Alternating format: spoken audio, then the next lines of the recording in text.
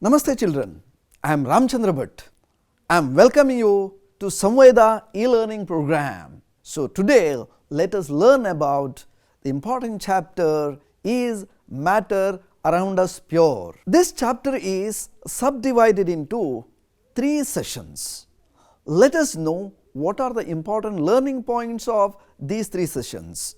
The session number 1, that is 2.1 to 2.3. What is a mixture?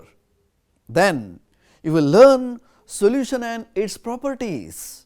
The next point is, that is a concentration of a solution. Then what is a suspension? The next learning point of the session number 1, that is today's session, is what is a colloidal solution? Separating the components of the mixture. So these are the important learning points of session number 1. The next is session number 2, that is 2.3.1 to 2.3.6.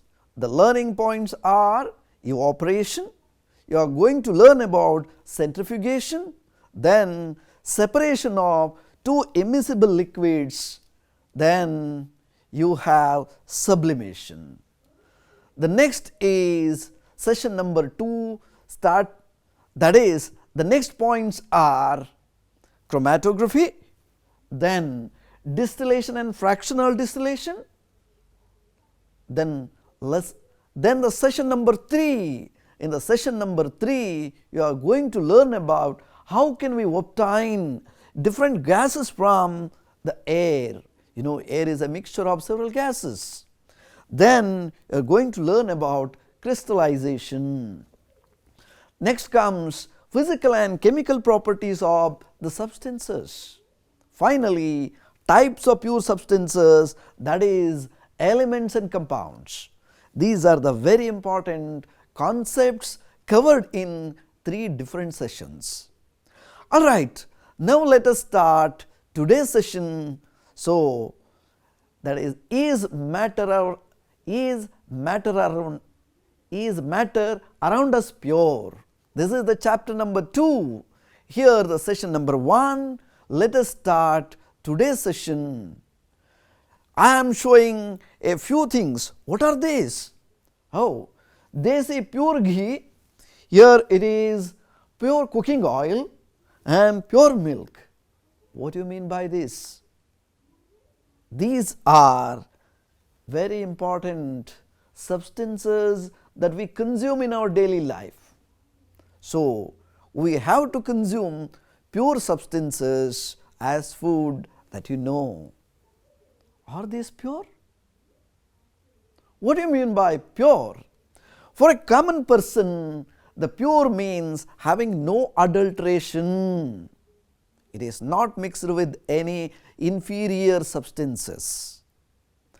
Then, but for a scientist, all these things are not at all pure. Actually, scientist says these are the mixtures of different substances. Hence, they are not pure. Then what do you mean by pure? Here you are seeing pure milk. Milk is actually a mixture of water, fats and proteins.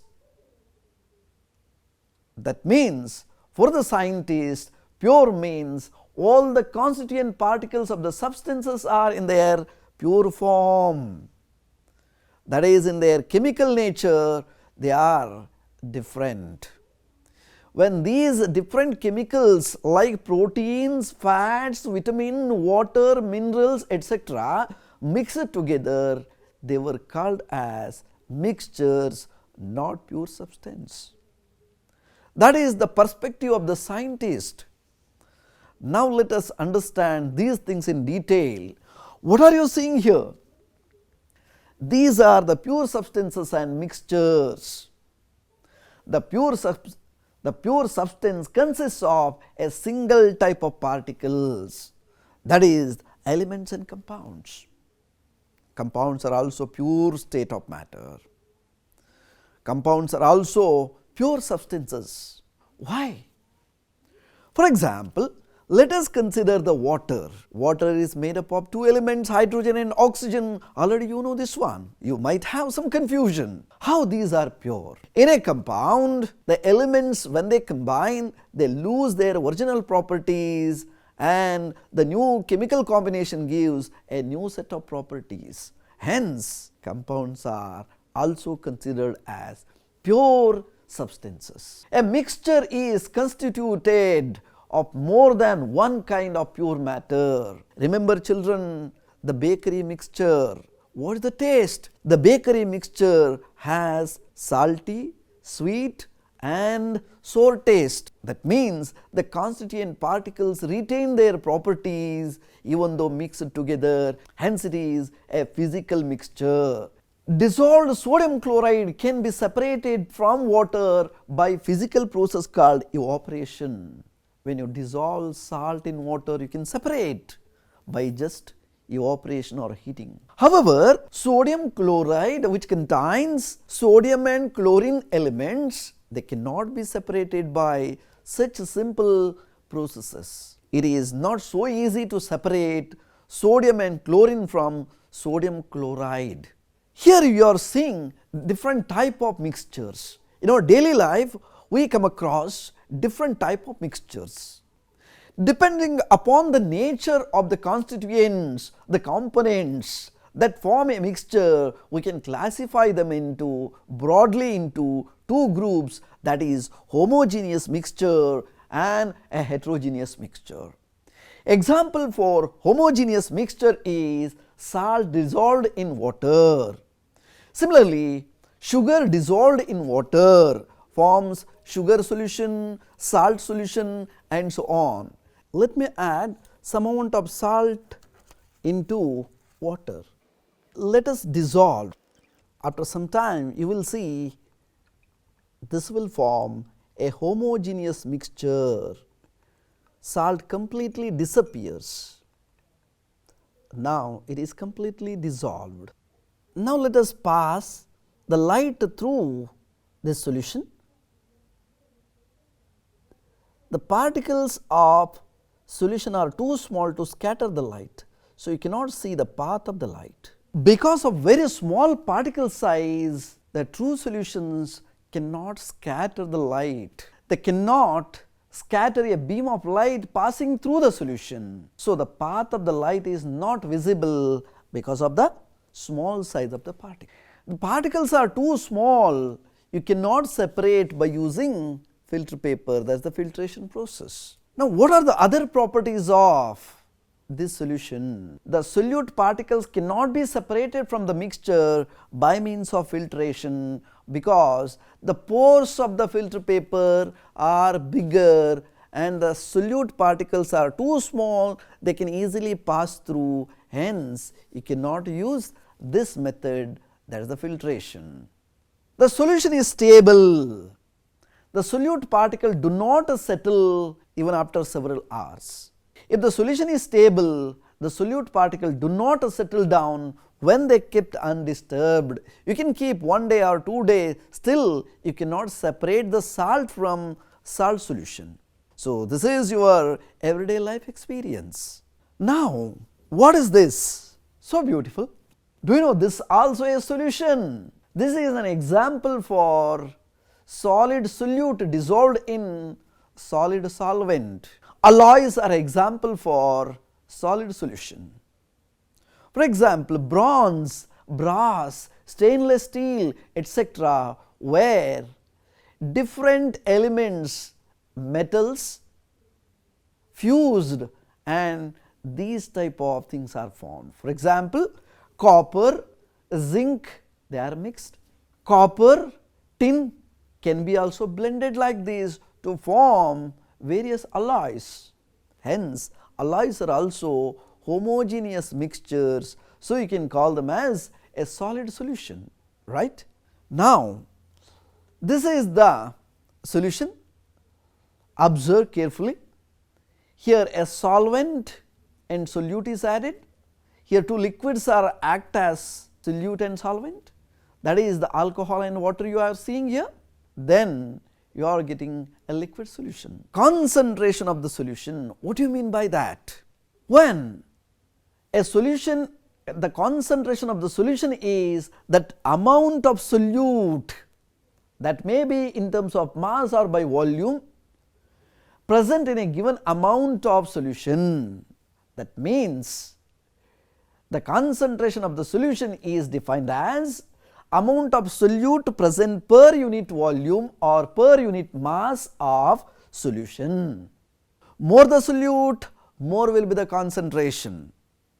More will be the solvent, lesser will be the concentration of that solution. So, you can dilute a solution by adding water, you can improve the concentration by adding the solute. Depending upon the amount of the solute present in the solution, it can be called as dilute, concentrated or saturated solution. What do you mean by this? If you add small amount of salt to water, you will see a dilute solution. Further, if you add, that will be concentrated. Further, keep on adding, at one juncture there is no more solute is dissolved, then we say it reached its saturation point and that solution is said to be saturated solution. That is when maximum amount of solute dissolved in a solvent at a given temperature, then the solution is called as saturated solution. Now, the solubility of the solution. If the amount of solute contained in the solution is less than that of the saturation level, then you call that one as unsaturated solution. That means you can add and you can convert that one into saturated. The amount of the solute present in the saturated solution is at particular temperature is said to be solubility. The amount of solute present in a saturated solution at this temperature is said to be the solubility of that solution. Now, let us see the solubility curve. What can you understand? By seeing, try to tell which is the most soluble salt among given so many salts. Sodium nitrate. This is the sodium nitrate salt at 0 degree itself. More than 70 grams salt dissolved in 100 grams of solvent. What about the sodium chloride? That is the table salt. Sodium chloride is here you are seeing. So, nearly about 35 grams at room temperature you are seeing. When the temperature increases, gradually solubility increases. Then one more question. Observe this one and try to answer. Name the salt whose solubility decreases with the increase in the temperature. That is the cerium sulphate. You are seeing here as the temperature increases 10, 20, 30, after that there is no more dissolution. Solubility decreases. Now, how to calculate the concentration of the solution? There are three methods are listed here. One is mass by mass percentage. Both solute and solvent are in terms of mass. Mass of the solute divided by mass of the solution into 100 gives us mass by mass percentage of the solution. Mass by volume percentage, what you have to do? Mass of the solute divided by volume of the solution into 100.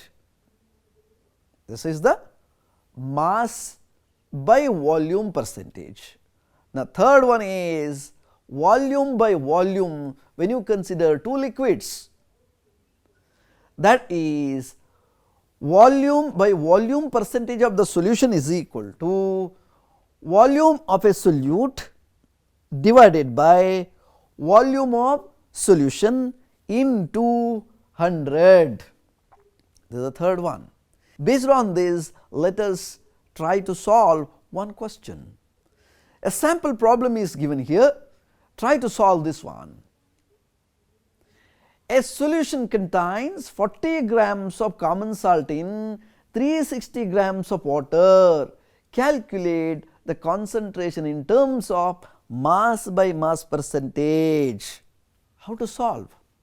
The solution is, first you have to list given data. What are the given things? Mass of the solute, that is salt, is given 40 gram. Then mass of the solvent also given 360. What is the formula? The formula is mass by mass percentage, means mass of the solute divided by mass of the solution into 100. What do you mean by mass of the solution? Now, mass of the solution is equal to solute plus solvent, that is equal to 360 plus 40 is equal to 400. 40 plus 360 is equal to 400. Now, substitute, that is you are seeing 40 by 400 into 100 is equal to 10%. Now, what is suspension?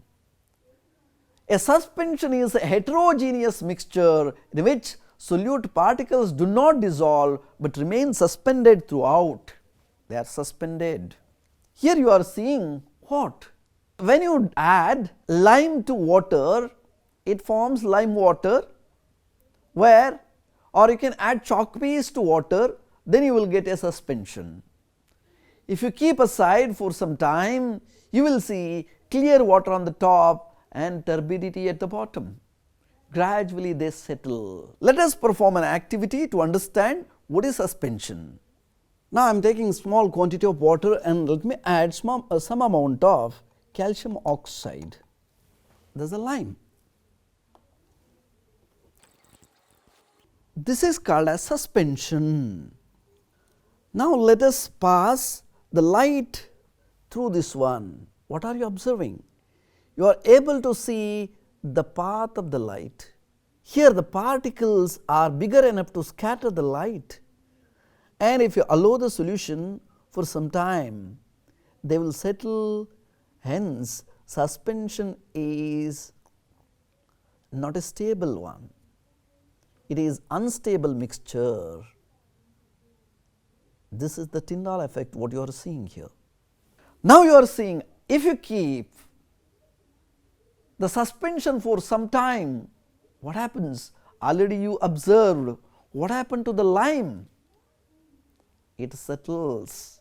Solute particles settle down when the suspension is kept undisturbed for some time, then the suspension is said to be unstable. Here you are seeing the sedimentation of these particles, and these are the some particles suspended still. If you keep this one for some more time, they also settle. Then if you pass the light through such water, such solution, then there is no visible, you cannot see the path of the light, because the particles are not there to scatter the light. The particles which are present are too small to scatter the light, hence the Tyndall effect. This is called as Tyndall effect. The scattering of the light particle by the particles of the medium, that is said to be Tyndall effect. Now these can be separated by the process of filtration, just now you saw, right? When the particles settle down, suspension breaks and that does not scatter the light anymore. This is the projector from which the light comes out and you are seeing the path. Colloids are also mixture in which particle size is too small to be seen with the naked eye, but they are bigger enough to scatter the light. Now let us see what happens when the light passes through the canopy of the trees. This is the beautiful scene. In the early morning you can see this one. So beautiful, right? This is the Tyndall effect. Tyndall effect can also be observed when the sunlight passes through the canopy of the dense forest. The forest contains the mist. These are the tiny droplets of water which act as the particles of the colloid dispersed in air. Now let us understand some more properties of these colloids.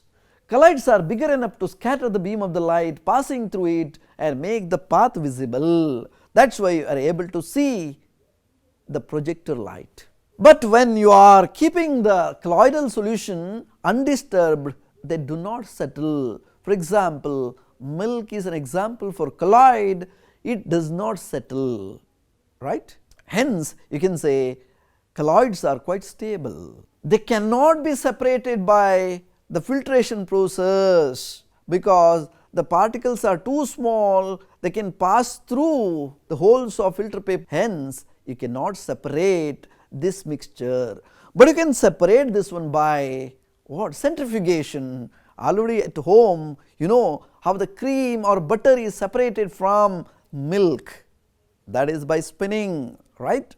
That is the centrifugation process.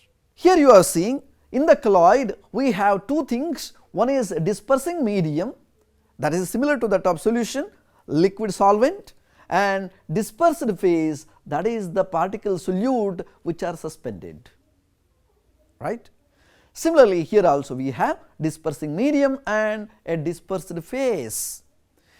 Now, let us understand difference between a true solution and colloid and a suspension. The particle size is too small in true solution, it is bigger in colloid where it is too big in this suspension, right. Now, let us have different kinds of colloidal system. Based on the dispersed phase and dispersion medium, here we have 8 kinds of colloidal systems. That is liquid in gas, that is called as aerosol, example fog, clouds and mist. Similarly, solid in gas, aerosol, example smoke and automobile exhaust. Next one is gas in liquid, that is the foam, shaving cream. The next one is liquid in liquid system, that is the emulsion, milk, face cream are the example for this kind. Then solid in liquid, sol, that is the milk of magnesia and mud. The next one is gas in solid, that is the foam, rubber, sponge, pumice stone. Next one is liquid in solid, gel, jelly, cheese and butter. The last one, solid in solid, that is colored gemstone and milky glass. These are the liquid dispersed in gas. This is called as aerosol. Already you know fog and clouds.